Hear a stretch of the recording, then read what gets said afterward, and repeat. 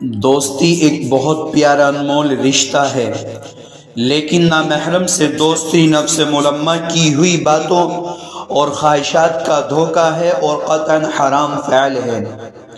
میری بہن، ایک نامحرم کبھی دوست نہیں ہو سکتا۔ وہ قبر کا سانپ ہوتا ہے یا جہنم کا انگارہ ہوتا ہے۔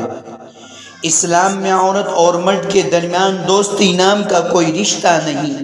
نامحرم سے دوستی شیطان سے دوستی کے مترادف ہے، اور شیطان سے دوستی انسان کو جنت سے دور اور جہنم سے قریب کرتی ہے۔ اللہ تعالیٰ نے عورتوں کو تاکید کی ہے کہ غیر محرم سے کلام کرتے ہوئے لہجہ نرم نہ رکھے، کیونکہ جب عورت نرمی یا لچک دکھاتی ہے تو یہ بہت سی خرابیوں کا باعث بنتا ہے۔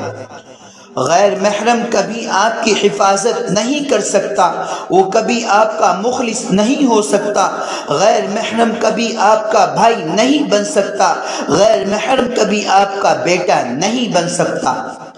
جب بھی آپ اس سے نرمی کے لب و لہجے کے اندر بات کرو گی تو وہ سوچے گا، وہ یہ سمجھے گا کہ شاید یہ میری طرف مائل ہو رہی ہے، اور ایک نہ ایک روز وہ اپنے دل میں چھپی ہوئی بات کو آپ کے سامنے لا کر رکھ دے گا۔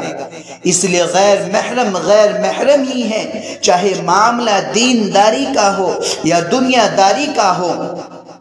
علامہ آلوسی رحمت اللہ علیہ فرماتے ہیں، نامحرم مردوں کے ساتھ سخت لہجے میں بات کرنا عورت کی بہترین صفات میں شمار کیا گیا ہے۔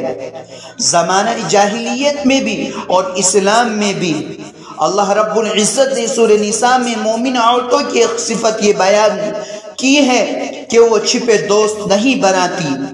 چھپے دوستی سے مراد نامحرم کی دوستی ہے۔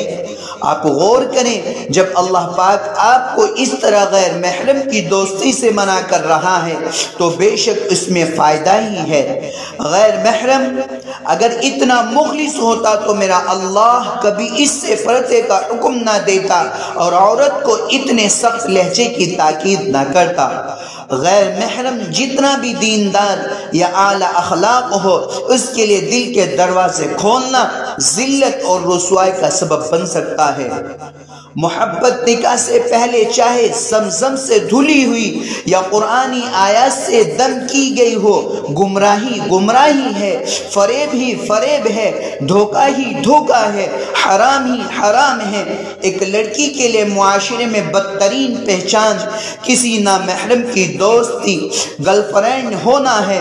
غیر محرم سے دوستی ایک ایسا فعل ہے جس کا ارتکاب کرنے والا اپنی عزت کھو بیٹھتا ہے، اور یہ بات بارہا دکھائی بھی دی گئی ہے کہ اگر کوئی بہن کوئی بیٹی کسی غیر محرم سے نرم لہجے میں بات کرتی ہے تو وہ شخص یہ سمجھتا ہے کہ شاید یہ عورت میری طرف مائل ہو رہی ہے، اور وہ کبھی نہ کبھی آگے چل کر اس کے سامنے اپنے دل کی بات رکھتا ہے تو اس بہن اس بیٹی کو پتہ چلتا ہے کہ جس کو آج تک میں اپنا بھائی اپنا بیٹا مانتی چلی آ رہی ہوں، آج اس نے کس طریقے سے ان دونوں رشتوں کی دھجیاں اڑائی ہے۔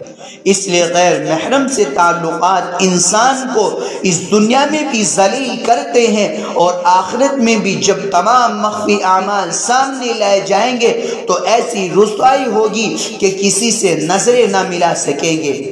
پھر تو پہاڑوں کے برابر کی گئی نیکیاں بھی ان پوشیدہ گناہوں کے سبب راکھ بن جائے گی۔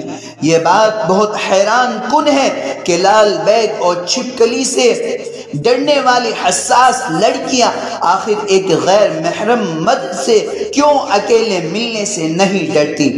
حالانکہ چھپکلی اور لال بیگ نقصان نہیں پہنچاتے، لیکن ایک غیر محرم آپ کی روح، آپ کے جسم، آپ کی پاک دامنی، آپ کی عزت، آپ کے حسب نسب، آپ کے والدین کا آپ پر اعتبار اور حتیٰ کہ آپ کی آخرت بھی برباد کر سکتا ہے۔ اس لیے یاد رکھیے غیر محرم ہی ہے۔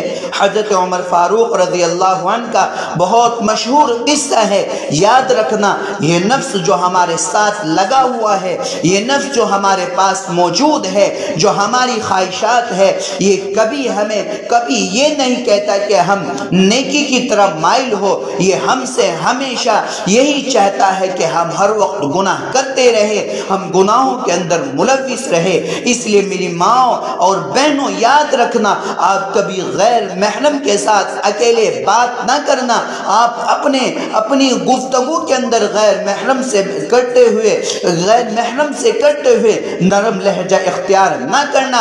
اگر آپ نے ایسا کیا تو نقصان ہی نقصان ہے۔